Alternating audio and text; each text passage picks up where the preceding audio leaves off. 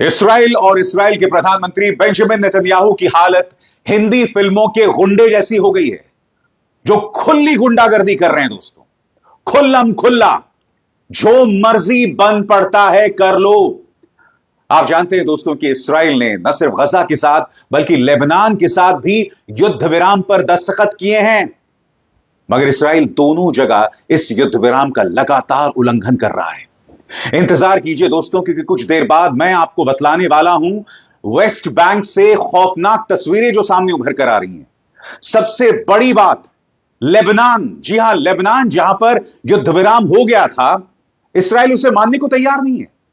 दूसरी तरफ हमास, जिसे इसराइल और अमेरिका एक आतंकवादी संगठन बताते हैं, उसी हमास ने 4 महिला इसराइली सैनिकों को रिहा कर दिया है। ये हैं उनकी तस्वीरें दोस्तों जो आपकी स्क्रीन पर दिखाई दे रही हैं। मगर इसराइल, जो कि एक सरकार है, जी हां, वो लगातार गुंडागर्दी का सबूत दे रही है। सबसे पहले दोस्तों मैं आपको दिखलाना चाहता हूं सीएनएन की एक रिपोर्ट। सीएनएन की यह रिपोर्ट बहुत ही ज्यादा सिहरन पैदा करने वाली है दोस्तों। यह रिपोर्ट मैं आपको बतलाना चाहूंगा नादा बशीर की है, और इस रिपोर्ट में आप देखिएगा कि वेस्ट बैंक के अंदर बुलडोजर के सहारे, मिलिट्री टैंक्स के सहारे किस तरह से वहां की आम जनता पर कहर बरपाया जा रहा है। छोटी छोटी बच्चियों की आंखों में आंसू हैं, और इन आंसुओं का कोई इलाज नहीं है, क्योंकि इसराइल की इस गुंडागर्दी पर किसी का कोई अंकुश, किसी की कोई लगाम नहीं है दोस्तों। मैं चाहूंगा आप सीएनएन की नादा बशीर की ये रिपोर्ट देखें और फिर मैं उसकी चर्चा करता हूं। So we're in Jenin, just outside of the Jenin refugee camp, which over the last few days has been the focus of a large-scale military operation by Israeli forces. And what we've been seeing all morning is Israeli diggers tearing at homes and buildings in the refugee camp. We've seen black smoke billowing from at least 3 buildings, at least one of them seemingly on fire, and Israeli military vehicles coming down the hill regularly over the course of the morning. And you can hear above me the drone which has been buzzing all morning around this area. We've been speaking to local residents who've been forced to flee their homes in the camp just behind me. One of them saying that over the last few days they've been hearing warnings from the Israeli forces coming from these drones telling them to evacuate.